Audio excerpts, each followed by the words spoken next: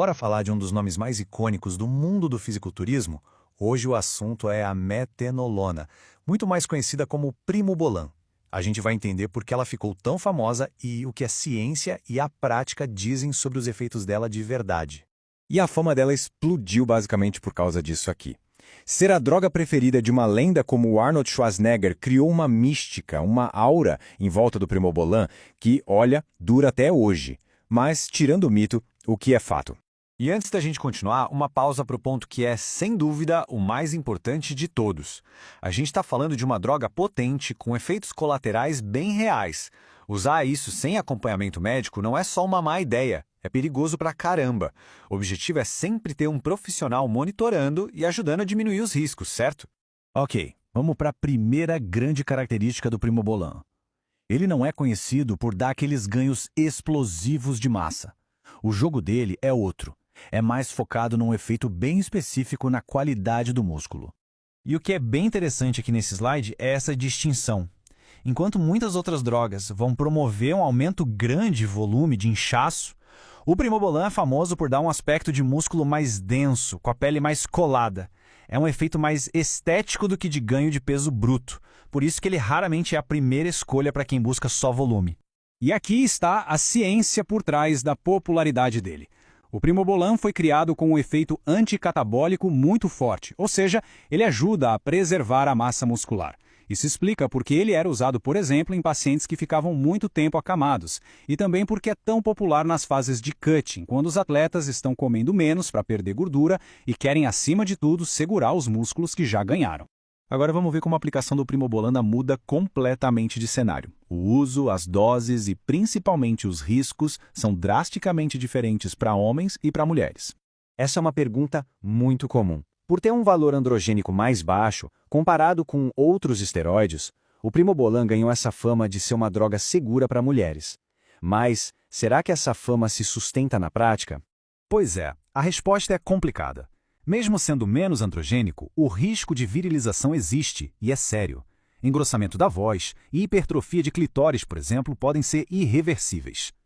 E tem mais, o mercado clandestino é um perigo extra, porque um produto falsificado pode vir batizado com testosterona, o que potencializa e muito esses efeitos masculinizantes.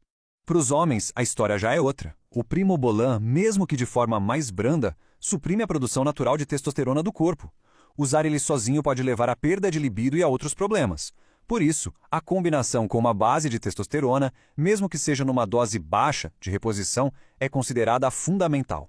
Nenhuma droga anabolizante vem sem um custo, né? E agora a gente vai detalhar qual é o preço que o corpo paga pelo uso do Primobolan, começando pelo ponto mais preocupante de todos.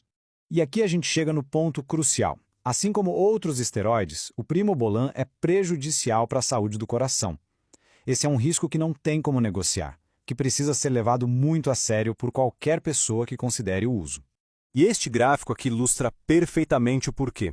Ele ataca a saúde do coração porque bagunça o perfil de colesterol. O Primobolan tende a diminuir o HDL, que é o colesterol bom, e aumentar o LDL, o colesterol ruim. Isso cria o cenário perfeito para um risco maior de problemas cardíacos a longo prazo. E os riscos não param por aí. Ele também pode acelerar a queda de cabelo em quem já tem predisposição, pode causar hipertrofia da próstata e, um detalhe importante, ele altera as enzimas do fígado. Sim, mesmo na versão injetável, ele ainda passa por um metabolismo no fígado e apresenta esse risco.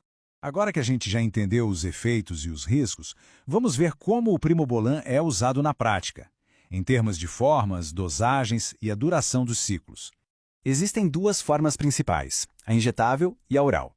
A injetável tem uma meia-vida longa, então precisa de menos aplicações. A oral age mais rápido, mas também sai mais rápido do corpo, o que exige doses diárias. E embora a oral cause um estresse maior no fígado, essa curta duração no corpo faz com que ela seja, teoricamente, uma opção mais segura para mulheres, porque permite uma interrupção rápida dos efeitos se algum colateral indesejado aparecer.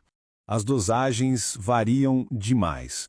Para mulheres, os relatos de uso costumam ficar entre 50 e 100 mg por semana. Já para homens, a faixa é bem maior, vai de 300 a 700 mg por semana, com ciclos que duram aí de 8 a 12 semanas.